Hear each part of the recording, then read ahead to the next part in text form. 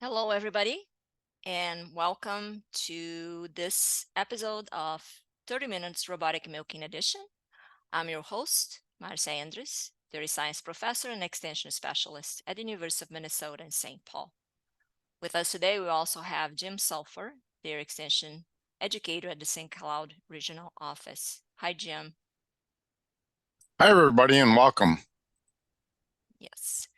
So, as usual, I want to remind you about this webinar. Actually, today, since this is going to be the last episode of this series, we've been having a great run for 3 years.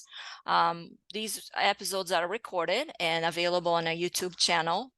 I don't know why I have a person here that's not supposed to be seen here. Walter, maybe if you can help me out. That's an additional person. I don't know who that is. If that person can turn their camera off and be muted, that would be very helpful. I will tell him. Yeah. Okay, thank you. We today have a special event, if you will, because we're bringing to you dairy from China. Early on in the series, we had Kali from Chile, at the time the largest box robot dairy in the world, and it still is now with 90 robot boxes. And today we're bringing to you the largest rotary robotic dairy in the world, and it's located in China. And Dr. Walter was very kind to offer to speak on behalf of the dairy due to, as you can think, it's probably middle of the night in China right now. I don't know. There's a huge, time difference. Also, there was some difficulty with language. So Dr. Walter, who is very familiar with the dairy, part of the designing, implementation team for this operation, he's going to be telling us about this operation today. And we'll be very, very pleased to have him. Thank you for joining us. And I'll move on to the pictures, Dr. Walter, so you can kind of walk through for us at this visual virtual tour, if you will, and then we'll open up for questions as we normally do. And as everybody hopefully remembers, we want to use the Q&A box for questions, so please do not use the chat box, and make sure that you can Jim and I will read the questions on our behalf so Walter can answer them. So Walter, I'm going to go away and turn my camera and video off. Hopefully the other person that we have here also does the same, and we'll just have you speaking. I wrote him. Okay, can everybody hear me? Marcia, is everything okay? Yes, we can hear you and we can see you. Okay. Yeah. Okay. Yeah. Thank you, Marcia, that I have the possibility to present this farm, which is located in China, as you already mentioned. So I'm not a native speaker in English, so please be patient, and maybe I made mistakes, so I don't know it better. But Marcia, you can correct me if there are things in between. So what we see here on the first picture is the farm. There's written in Chinese language the name of the farm, but please don't ask me, my Chinese is also not so good, how it is pronounced in this way. You can see the milking parlor house and the place where the milk is stored in the milk tanks. Okay, let's go on, please. So this picture shows the team of the farm and of one of my colleagues who is working for Jia also. She is Xiao Li. And then the farm director, this is Mr. Li. And on my side on the right, his name is also Mr. Li, but he is the farm manager. And in between is my person when we started the second rotary over there. That was in September. We started to milk on the first rotary in June this year.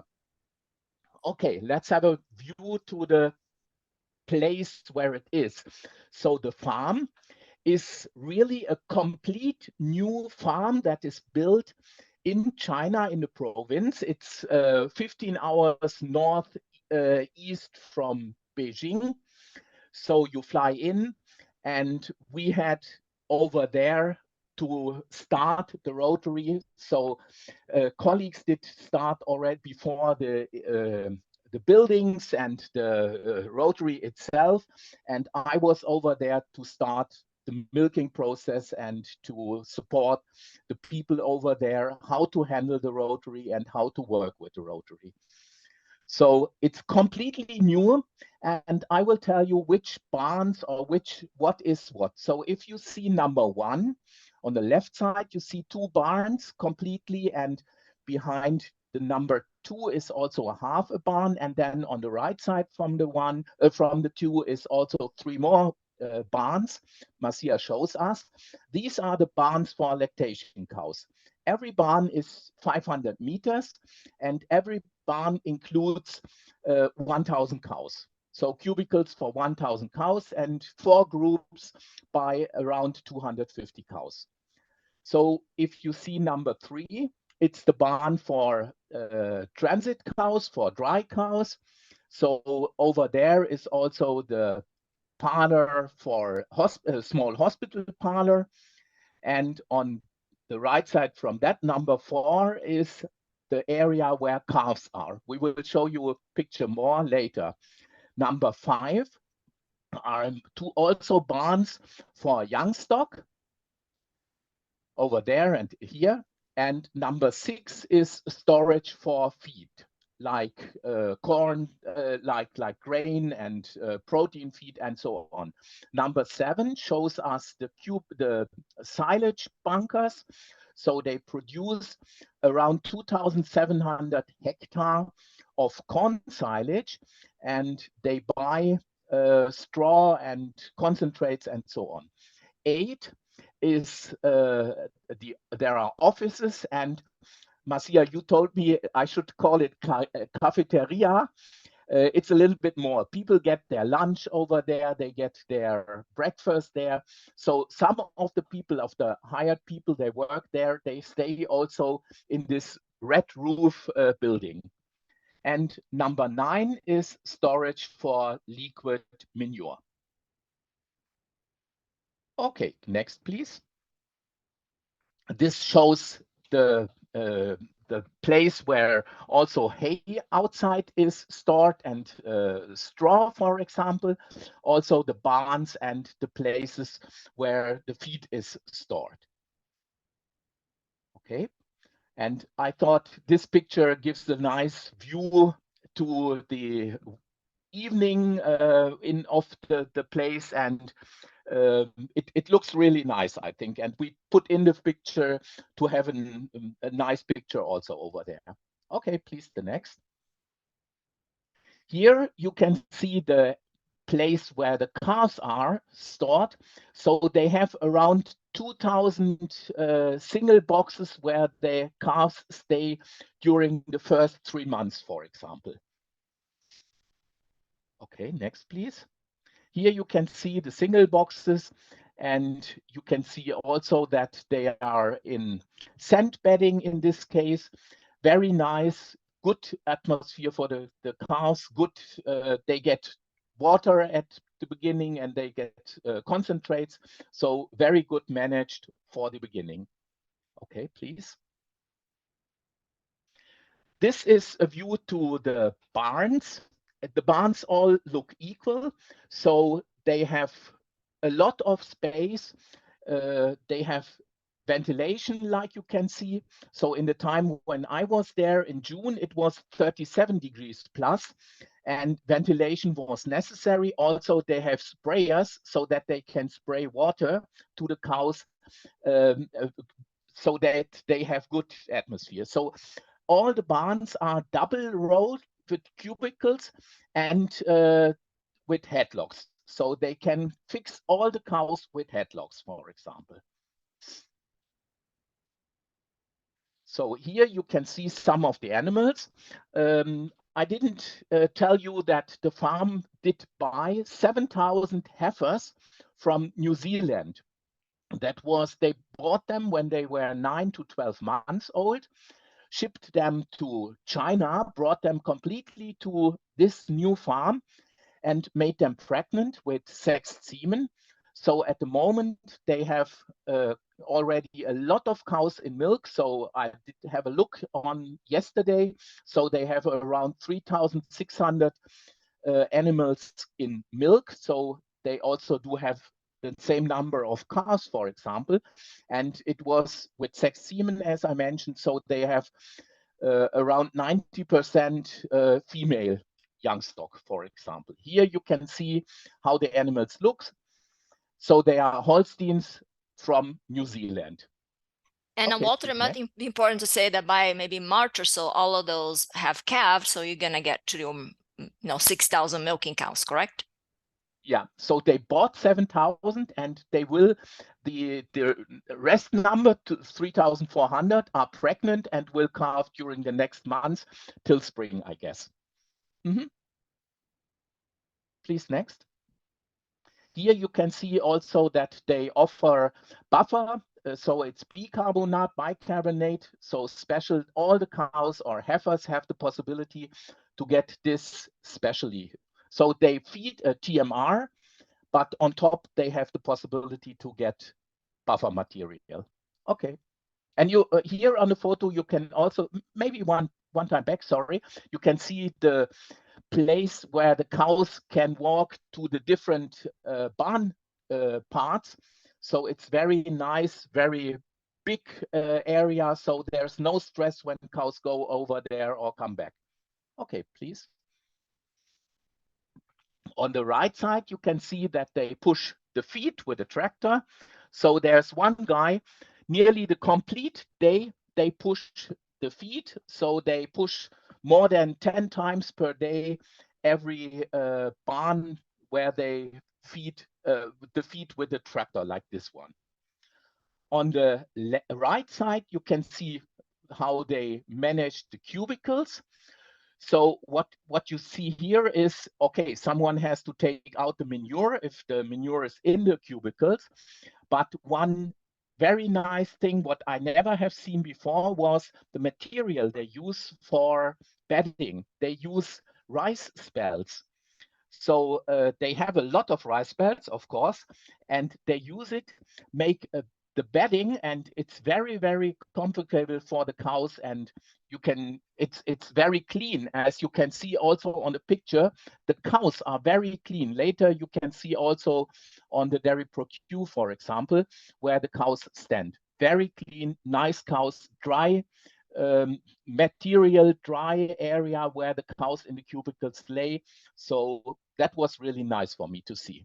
Okay, please, the next. Yeah, and I think here we might be referring to these, Walter, as rice hulls, because it's the hull Rice of hulls. the Okay. it's the hull of the rice grain, right? So then they take that, Yeah. they use the rice for feeding people, and you left over the hulls, which is the material here, right?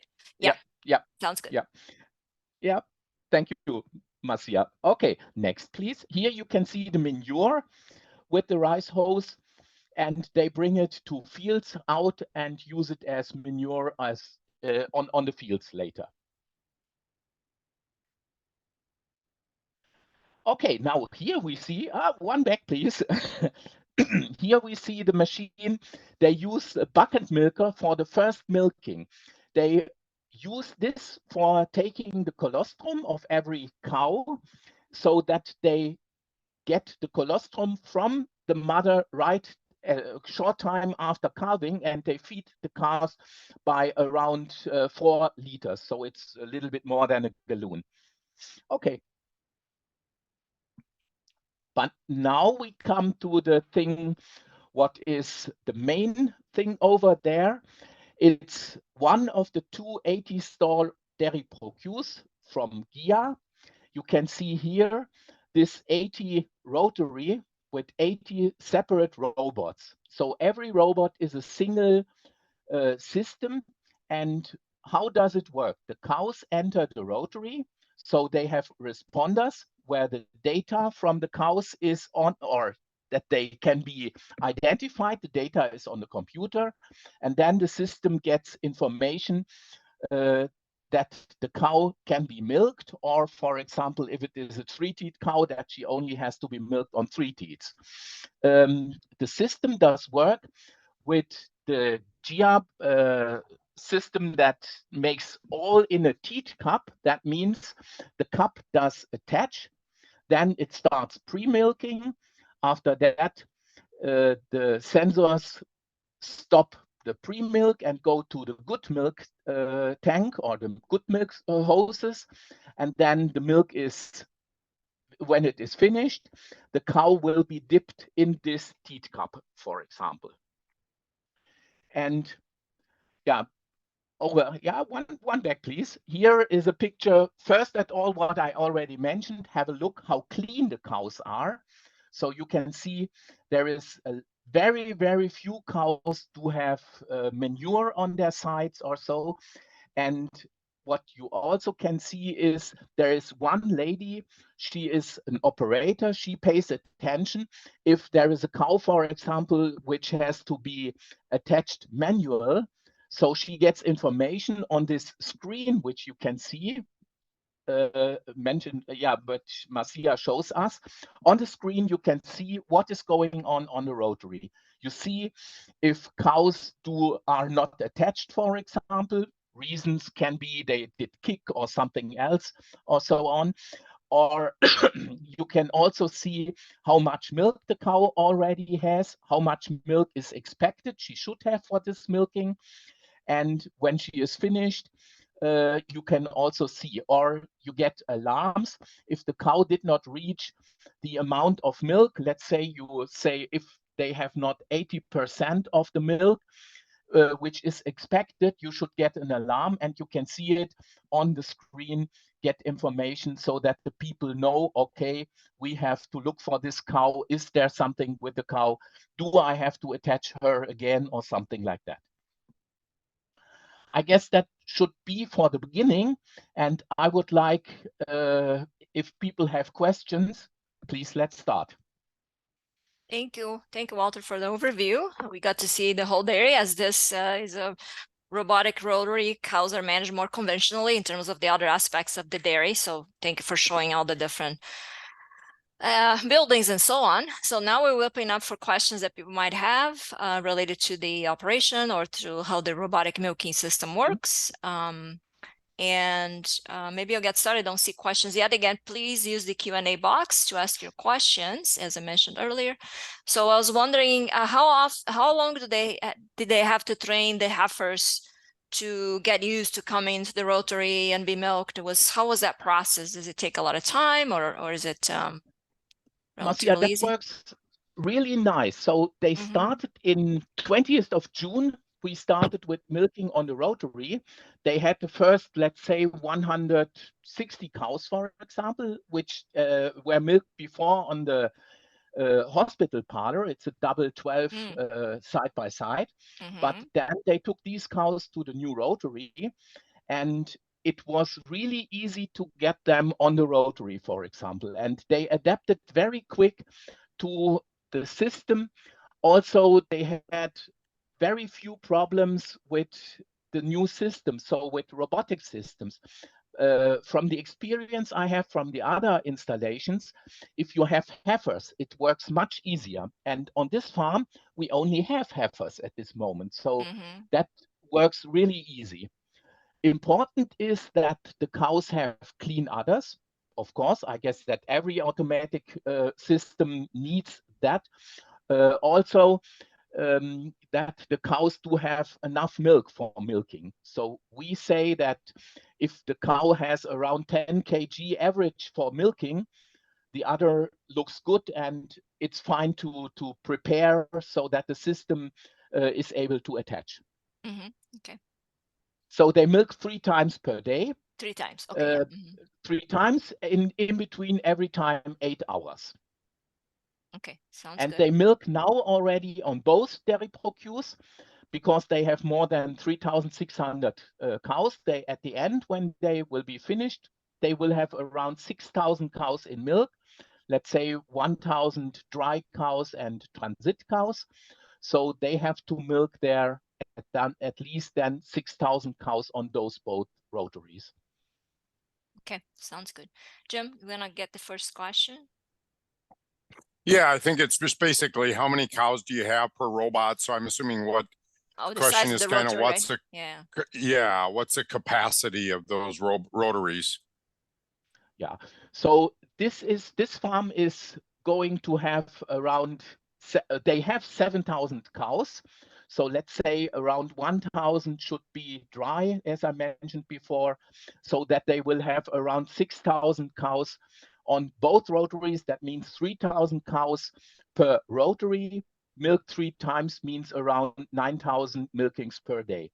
Yeah, they have 80 stalls per rotary. Yeah. So we got total 2 160. rotaries by Yeah. 80. Yeah. Yeah, So right. 160 robots on one farm. And that's the largest system, right? That's built. Yeah, Okay. that's the largest. We do also have one in US by Okay. 80. And yeah, but these two in China are the biggest. Yeah, the biggest, makes sense. So since the rice hulls are light, are so light, and it can easily be blown away by a breeze, what do they do in the barn with so many fans blowing directly on the beds? Is that a problem? No, it was no problem. In the time when I was there in June, as I mentioned, it was really warm. It was 35 to 37 degrees plus Celsius. So it was no problem. They also spread water on the cows several times per day. That makes it really nice for the cows. Okay. I think somebody, again, please do not use the chat, use the Q&A, but there was a question about what is the milk flow from the New Zealand cows? Yeah, the milk flow average of the whole herd at the moment is 2.74 kilograms. And I did not tell them the average of milk is also 27.25 kilogram per cow. So some of the listeners could say, hey, that's not much. But you have to know at first, completely new herd, completely heifers. Also, the animals from New Zealand, it's a complete Holstein herd, but in New Zealand, I would say they have 2 ways to breed Holsteins. One is for grazing, so for pasture. So they have high amount of possibilities of feed intake, and they are smaller than our Holsteins we use in Europe or you use in the US, for example. And the other way, you also see Holsteins which are like in the US or here in Germany, for example, in Europe, they have a little bit more milk, but the components of these herds are a little bit higher because the milk market in New Zealand is also a little bit more focused on components. Okay. Yes. So more components, less pounds. Yep. Jim? Can you tell us what the components are, like the other metrics, somatic cell count? And I know that's not a question, but I'm sure listeners are wondering about that. Yeah. So I have no data from the last weeks, but I know that when I did meet them last time, it was 4.2, 4.3 fat, protein around 3.4. Somatic cell count was really low, less than 100,000, but that's normal if you have a complete herd out of heifers. Yeah, but still very good. Because sometimes heifers can also go high, right? So it's still a very good one. Of course. So the question here, should I go through that, Marcia? Yes, in the go photo, to the first one. Which there photo? was rows of something to the right. I don't know if we want to go back to that picture. Oh, I think that was, we had the manure. What was that? Trees, manure solar pits? panels? No, we had the manure pits and we had the calf hutches to the right. So calf hutches, manure pit. There are no solar panels as far as we know, right, Walter? No. There's no solar panels. Yeah, they were outside. Outside the picture. Okay, I have to go back, but that's gonna be hard for me to go back because it's gonna get everybody dizzy. I'll get back to you directly. The person was asking the question. There's solar panels out of the farm land. So the farm is with a fence outside, but then outside is solar panels. Yes. So outside, so maybe this person saw this in the big picture, not the one that had the numbers, but the big one. on the big Okay, picture. Yeah, good observation there. So that is yeah, of course. outside the picture that had the numbers, there were some solar panels. So thank you for Yeah. noticing. Good job. Yeah, All right. it belongs also to the farm. Belongs to them. Okay, excellent Yeah. observation there. Awesome. Yeah, of course. Next question. What is the milk production? Oh, we already talked about milk production per day or per cow per day. What I'm talking about is about 27.5 kilos per day, which is in pounds, about 62, 63 pounds. And how is the milk quality? Already talked about that too. Is less than 100,000 somatic cell count. Sorry, I think that question came before before we got to that point. So sorry. Okay. Okay, that's fine. Another question, Jim, just came in. Okay, in the overhead photo of the rotary, what is the green in the middle? It looks like liquid. Yeah, no. Marcia, we spoke about that when we tested all the things. It looks like liquid, yes, but it's color. It's painted in that way, and it's a little bit wet, and then it looks green, and it shines really. It's kind of pretty, a lot prettier than some of ours. Looks very clean, very pretty. Yeah. So again, please do not use the chat. Somebody's doing that again. But is the rotary running without stopping or flows round? I don't know what that means exactly. Yeah. Okay. So we turn in 7 minutes. One turn per turn needs around 7 minutes. Of course, we have very, very few stops because cows do milking at the end, milking at exit, we call it. But these 7 minutes is that what they wanted to milk. And if we see how long the cows milk, it's an average around 4 minutes, maybe 4.5 minutes. So it's easily to handle. Okay, Jim, the next question that kind of relates to milking. This is a really good question, I think, that a lot of people's mind. What percent of animals do you know need assistance with attachment? So the young lady that was kind of in that picture, on a typical hour or half hour, how many need help with attachments or turn? Shift maybe, Okay, it depends a little bit on the cows. If you have fresh cows, for example, they sometimes need this assistance. But when I was over there, I could see that less than, I would say, 5%, less than 5% of the cows need assistance. They need assistance when they are a little bit nervous and the system is not able to attach in that way as it should. So the system has a timeout, let's say a timeout. So it tries, let's say 3 minutes. And after that, it stops and says, hey, I need assistance. And then you can see on the screen, this cow needs assistance, for example. And then, of course, if you lost 3 minutes, it's nearly half of the turn of the rotary. Then it can happen that you milk at exit. You have milking at exit, and then it stops. Yeah. Okay. We'll have time for one final question here, probably, and then if we can stay after I stop recording, Walter, we can do that. But the question is about, so you have 160 robots here, right? Because two 280s. So how many people are there per milking? And then in Europe, there is this big discussion going on about comparing, conventional with robotic milking. And this is a big farm. Do you know how they see the economical side of running this farm with this high cost of a rotary? So you need on every rotary 1 person to take the cows there and to take them back to the barns. And they have 1 person, like the young lady you could see on the picture, who is responsible for attaching or for looking if something is wrong at that rotary. So they have usually, for both, they have 4 persons necessary to work on. Yeah. And then I think the decision, right, between going conventional and then going robotic in terms of the cost, the economics, do you have any idea why they decided to go this way? Why they decide to go 100% robotic rather than going like a conventional rotary, let's say? Yeah, Marcia, so this is the first farm in China, or it's the second farm in China with the dairy procure.